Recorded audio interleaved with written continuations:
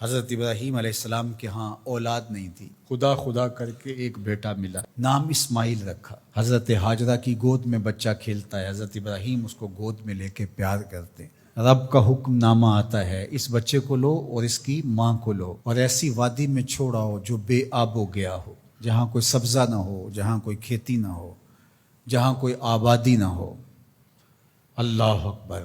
نومولود بچے اور اس کی ماں کو ایسی وادی میں چھوڑ آنا جہاں کوئی انسانی آبادی تو درکنار، کوئی پرندے بھی نہ رہتے ہوں، یہ کوئی تھوڑا امتحان ہے؟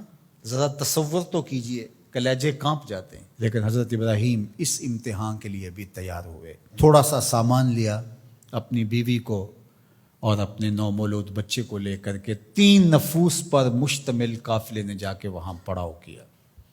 کچھ وقت گزارا، پھر اللہ کی بارگاہ میں سحر کے وقت اٹھ کے دعا مانگی، ربنا انی اسکنت من ذریتی بواد غیر ذی زرع عند بیتک المحرم۔ اللہ، میں اپنی ذریت کو، اپنی نسل کو، اپنی اولاد کو ایسی وادی میں تیرے آسرے پہ چھوڑ کے جا رہا ہوں جس وادی میں کوئی کھیتی نہیں، کوئی سبزہ نہیں۔ دعا مانگی، تھوڑا سا جو توشہ تھا، سامان تھا، سپرد کیا اور واپس پلٹنے لگے۔ حضرت ہاجرہ نے تمسکت بعضیالہ، آگے بڑھ کے دامن پکڑ لیا، کہا اس تنہائی میں، اس بے آب و گیا وادی میں چھوڑ کے ہمیں اس وقت کہاں جا رہے ہیں؟ کیا جواب دیتے؟ خاموش ہو گئے۔ تھوڑی دیر گزری، پھر قدم اٹھایا تو پھر بیوی نے دامن پکڑ لیا اور حضرت ہاجرہ بولی، اس وادی بے آب و گیا میں ہمیں چھوڑ کے کہاں جا رہے ہیں؟ حضرت ابراہیم کوئی جواب نہیں دیتے۔ ذرا تصور کیجئے، آپ بھی صاحب اولاد ہیں۔ تو تیسری مرتبہ پھر جب قدم اٹھنے لگے تو تمسکت بعضیالہ، حضرت ہاجرہ نے دامن پکڑا اور پھر یہی سوال دہرایا، اس وادی غیر ذی زرع میں اپنے نومولود بیٹے کو اور اپنی بیوی کو چھوڑ کے کہاں جا رہے ہیں؟ حضرت ابراہیم پھر بھی جواب نہیں دیتے۔ تھوڑی دیر کے بعد حضرت ہاجرہ خود ہی بولتی ہیں، کیا یہ اللہ کا حکم تو نہیں؟ قال نعم، کہا ہاں اسی کا حکم ہے۔ فوراً دامن چھوڑ دیا، کہا خیر سے جائیے، ہمارا رب ہمیں ضائع نہیں ہونے دے گا، اگر اس کا حکم ہے تو ہم اس حکم پر سر تسلیم خم کرتے۔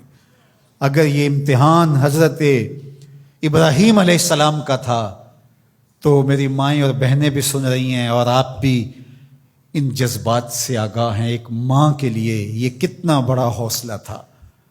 اگر سلام ابراہیم کو تو سلام ہے سیدہ ہاجرہ سلام اللہ علیہا کو۔ کہا خیر سے جائیے، ہمارا رب ہمیں ضائع نہیں ہونے دے گا۔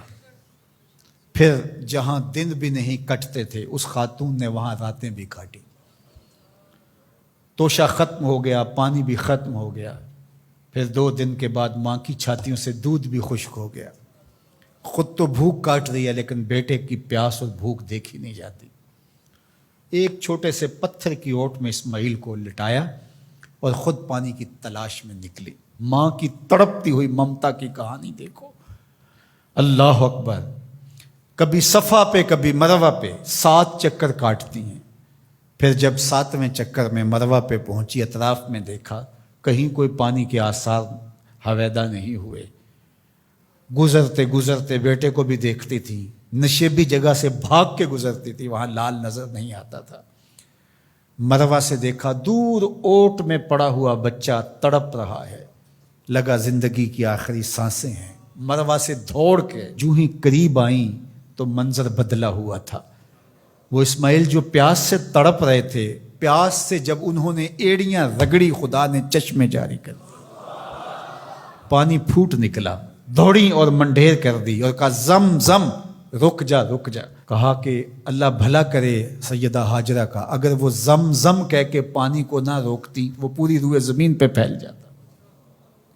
اللہ اکبر! یہ حضرت ہاجرہ کا امتحان تھا اور امتحان میں وہ بھی سرخرو نکلی۔ وہ کہا ہم قیامت تک تیرے قدموں کے نشان کو جلوہ گاہ بنا دیں گے۔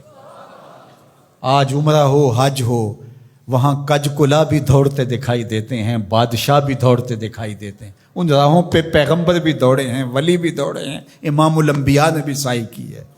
مالک کوئی دوڑنا بھی عبادت ہے؟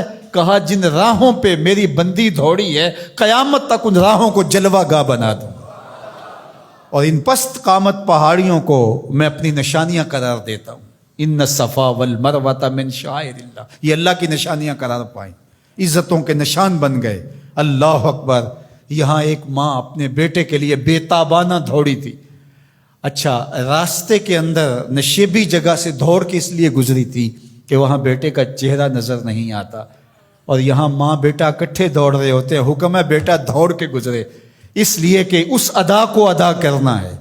وہ تو پانی کے لیے بار بار ادھر ادھر جا رہی تھی، حاجی کی بغل میں پانی کی بوتل ہوتی ہے پھر بھی دوڑ رہے، پانی کے لیے نہیں دوڑ رہا، حاجرہ کی سنت کو ادا کر رہا۔